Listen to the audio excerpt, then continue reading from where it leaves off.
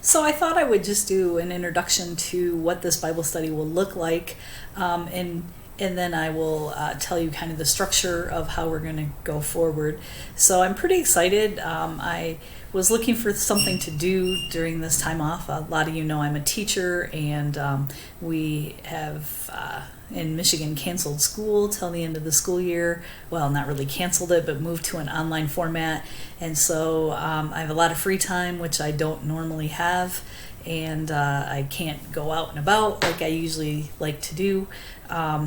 So I thought, well, what are some things that I can do? So I thought, well, I will maybe do an online Bible study. And that kind of came about because some of you don't know this, but we moved in the middle of this pandemic. So that was kind of a unusual thing.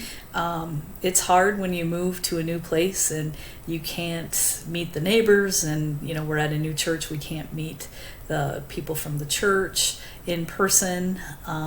So I thank you to those of you who have reached out on Facebook. So while I was unpacking, I came across several of my Bible study books that I've collected over the years, and I thought, well, maybe this is something that we can do. And one of them just really kind of stood out to me, and that was this Cultivating Contentment. Sometimes it's hard in our circumstances to be content with our life and with our circumstances. So I thought maybe that was kind of a apropos study for these crazy, weird times that we're living in. I just want to talk about what happens when we're not content. And so oftentimes, we can't find anything that makes us happy. We don't like the way we look. We don't like where we live. We're not happy with our family all the time. And then oftentimes that attitude just carries over into everything, and we start developing some bitterness in our lives. And, we need to learn to let that go and not let that take a stronghold in our lives. Not always easy, because when you're stuck in circumstances, it's hard to see beyond them, especially in this pandemic. I can't see my kids, I can't see my granddaughter. We're all not able to celebrate Easter with each other, and in our Christian faith, this is our Holy Week, and it's been weird. So just looking for contentment in the weird times that we're living in. So the format of this Bible study is going to be pretty simple. I'll come on and do kind of a little mini lesson on Mondays. I'll record it and give you the gist of what we're going to be talking about and walking through for the week. And then there will be some questions that you need to answer. And I've set this up in Google Classroom just because I'm familiar with that and I use it every day. And I thought, well, that might work. So there's a streaming page where everything will be posted. There might be something posted in the classwork tab, just because it's an easy way to keep things organized. So I'll try to organize things by chapters in there. But the stream will always tell you where you need to go to look for the information. And I really want this to be kind of a discussion, but a collaborative discussion with everybody involved. So we have people from all walks of life, people that I know from all walks of life. I've got some family members that have joined. I've got some coworkers that have joined. I've got old friends and some new friends that I haven't even met yet that are going to be joining us.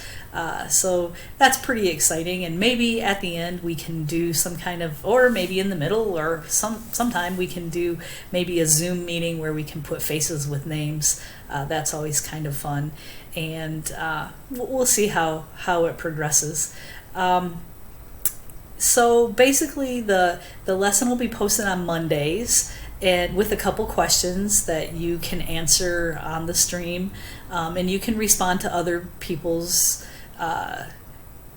responses. Please be kind, we don't want to drive somebody away the first day by telling them that their post is stupid or out of line. This is a safe place where nobody's thoughts or feelings are going to be discredited, because we're all, we all have different things that we're struggling with. So, be kind with your responses to people. Then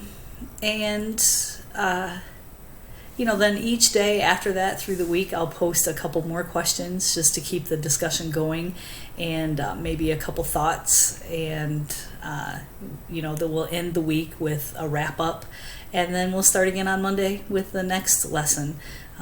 So we'll just see where this takes us, where this journey takes us. Hopefully to a sense of contentment by the time that we're done with this. So anyways, I look forward to getting started, and check back on Monday. Please feel free to invite others if you want. If you don't know how to do that, then just please have them message me their email address, or they can email me at sherry.irish@gmail.com, and I can send them the invite to join the class.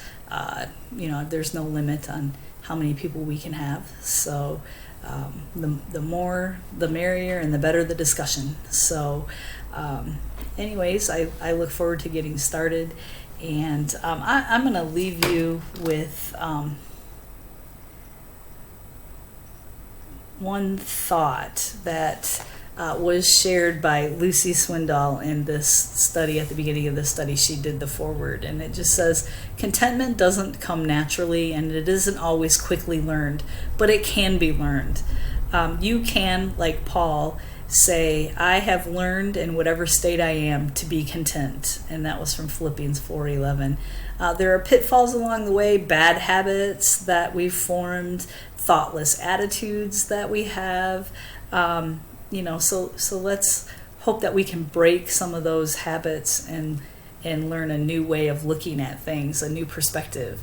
So let's start this journey and hope that God can cultivate a heart of contentment in each one of us. So I look forward to talking with you again on Monday. Stay safe. Happy Easter. Worship online, worship in your homes while watching online. There are lots of ways to celebrate Easter. So we know that Christ is risen, and this is, the day that we look forward to in our Christian year every year. So make the most of it, and I will talk to you on Monday.